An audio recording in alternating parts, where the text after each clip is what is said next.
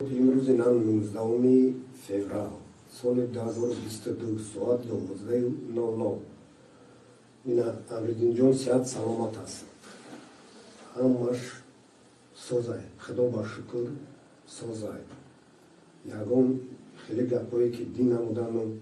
آوازهای خیلی اقلی ما لقتی بختیار اومدیم در اومدیم در عمل خیلی گپ نیست اینا من دویم بخوری من جانم دیده استم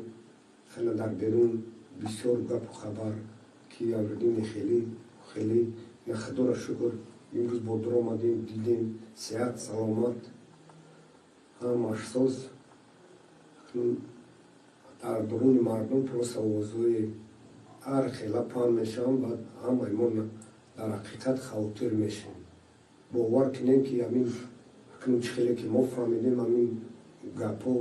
با ضرر هستن و با فایده کار نیستن خیر تمام مردم تاجیکستان و بدخشان سلام من اینجا زنده و سلامت ما کسل نایچه مردم گپ آدمای چه باور نکنید مرا یگان کس نزده نمردم تنج زندگی کردستم انشاءالله همش صد میشود مردم گپ نعلیم شه زمان گپ بخیر یگان کس باور نکنید که من اینجا مردم اینجا من زدم کسلم همه تنج سلامت خدا راضی باشد همه کار صد میشود آقای مردم بدخشان و تاجیکستان خشت بودم اینم بردم برداشم عدیده استم خیلی جوزه نیستم صحت و سلامت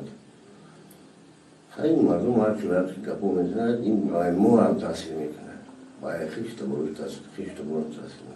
خدا با شکر از بردم هم قدیم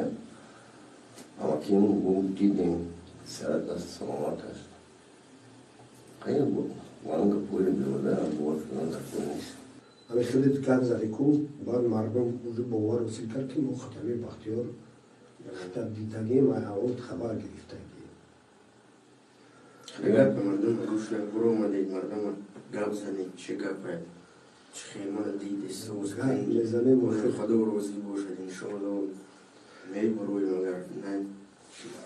خیلی